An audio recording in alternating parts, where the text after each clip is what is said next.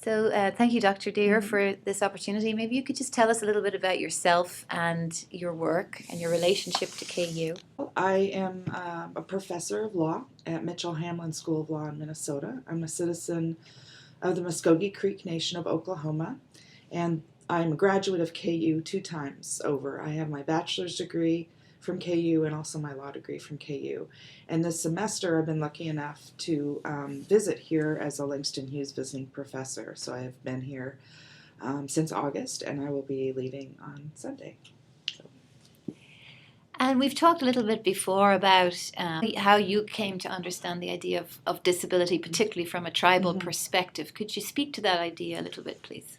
So I'm kind of framing this as coming from the perspective of the idea of mental health. And I did an anthology a few years ago where a woman had contributed a chapter about being a victim of sexual assault, a Native woman being a victim of sexual assault. And in the aftermath of that, she developed what could be described as dissociative disorder, leaving her body when sort of thinking about the trauma or experiencing the trauma. And from her perspective, that was something that could be perceived as a gift or a blessing as opposed to a detriment or a disability. So it really flips the paradigm that something that is a natural outgrowth of trauma is not treated as a disease, but treated as a reaction to some sort of oppressive power. So that made a big impact on me because I've dealt with mental health issues most of my life, and so thinking about flipping the paradigm I thought was very informative. In that context, again, how would your work possibly help us to better inform how we prepare teachers, particularly how we may prepare special education teachers, and how we operate within the academy as well? I think the education around the history of tribal governments is very important. Somebody who's teaching in an inner city, in a big city, might think, well, tribal nations don't have any influence or impact on me. But if you have Native students, or even if you don't have Native students, understanding the historical context of what has happened on this continent, I think will prepare people to really be more critical about how they think about Anglo-American norms and values. There are things that I've looked at in terms of how traditional family law may have worked, and I'm not sure if this is entirely relevant to your inquiry, but oftentimes the biological parents of a Native child their cultural protocol for dealing with a concern about that child is to refer to one of the grandparents. So let's say Johnny's not doing his math homework. And so the teacher says, oh, Johnny's not doing his math homework, and tells the parents. Well, the parents may need to inform one of the grandparents, depending on the culture. And then that grandparent will give instructive information back to the biological parent, who then will engage with the teacher or the child. But a lot of times where our Anglo-American sort of model of education comes from, it's like, well, the parents should be responding immediately. If I tell them there's a problem with this child, well, why are they not returning my call? Why are they not engaged with me? They must not care, right? Rather than understanding that would be inappropriate in that family context for the parent to be the initial responder. So that's just something I noticed in some of the ways in which kinship circles work in tribal communities. Statistically, most of the Native girls in your classroom will be victims of sexual assault.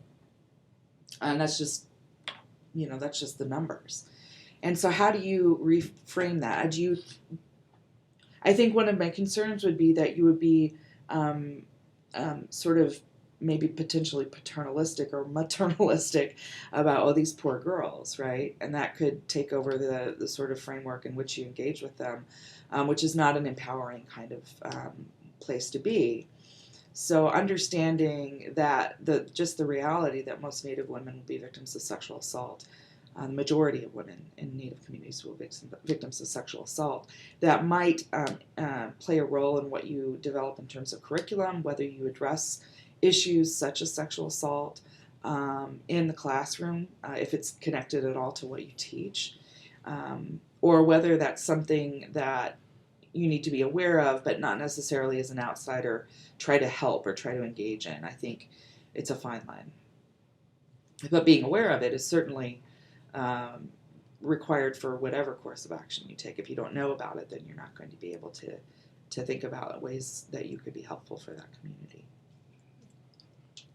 What's your advice to white majority teachers in public schools who have little context for teaching students who identify as Native or a part of a tribe?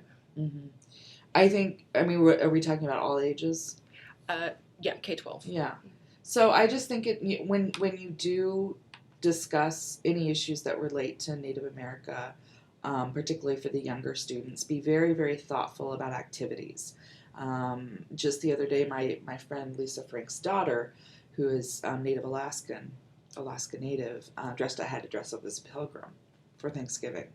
And her mother didn't do anything about it because it's just like, how many battles can I fight today? But just be very thoughtful about that kind of thing, because it can be very, you want to share information about Native Americans in a way that a child can grasp, but being really thoughtful about what's actually happening in the classroom is important. I think becoming educated about the particular area where you reside, the land where the school is, what tribal people occupied that land, and acknowledge that and share that with your students so that they're aware that where they now stand was once the land of an Indian tribe. Those kinds of things can be really valuable to students, and they relate to that kind of thing. But just be a little careful about the paper pilgrim hat. In what ways can teachers incorporate the current pipeline protests and protectors into the curriculum so that social transformation can be happening in the schools as well? Well, I know that there was a professor of American Indian Studies who uses her Indian name, Wazi Yakutowin. She's also known as Angela Wilson.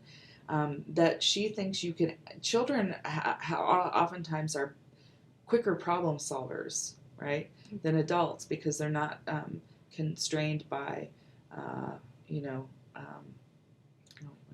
they're not constrained by sort of their life experiences. And so she would explain to children about how the Dakota people were divested of their land in the 1800s, and explain that, in a way that children could relate to. And then, so what should we do about that now? How should we resolve that? How can we make this right again? What could be fair in this result? And the kids would be like, well, Native people need to get their land back. And adults are really like hesitant to say something like that, but the kids were like, well, duh, they stole your land, so you should get it back. But just engaging in critical thinking, talking about, what is a pipeline, and then what is an Indian tribe, and asking students to engage in sort of critical thinking about how Indian tribes are affected by oil, how we're all affected by oil. I think would be an innovative approach to maybe a middle school kind of curriculum. I like that. So the Muskagoee are traditionally matrilineal. I'm curious if and how this influences your work as a feminist. In my research, it's been very validating to do research about how traditional Muskagoee people conceived of the world and gender and their epistemology, which was not, pure equality in the sense that men were women and women were men, but that both genders and third and fourth genders, of course, had particular roles to play that were equally appreciated. It's not to say that men did women's work and women did men's work. There was segregation, but that the women's work and role in the community was not denigrated. It was not discounted.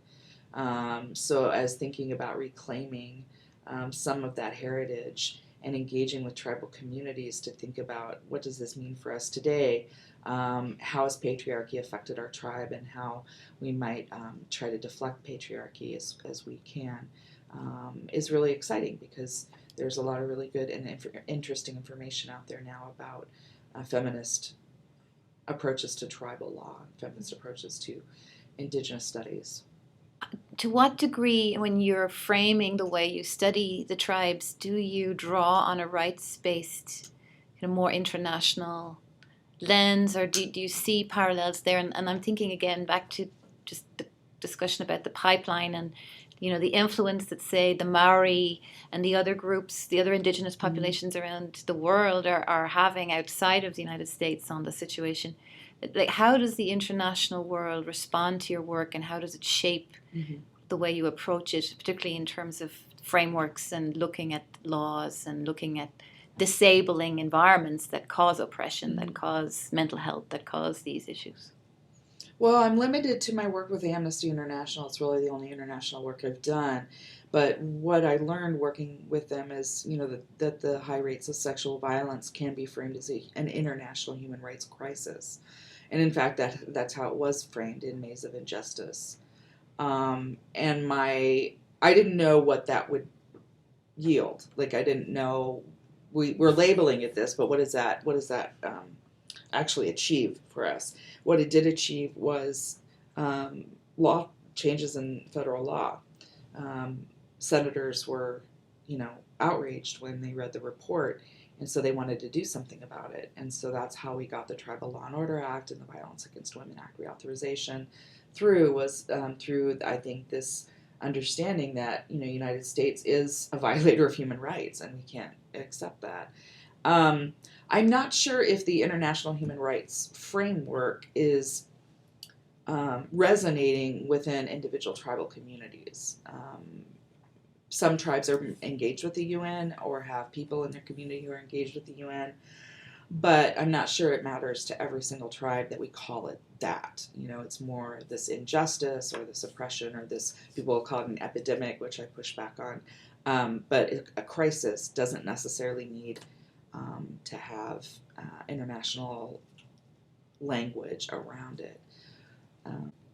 That whole act of flipping seems to be very powerful and important in the conversations that we've had. So I'm just curious as to how we can, as a white person, even coming from a post-colonial situation, like how can I borrow from that framework when it's not inherently my own? And is that in itself potentially colonizing? Yeah, it can be.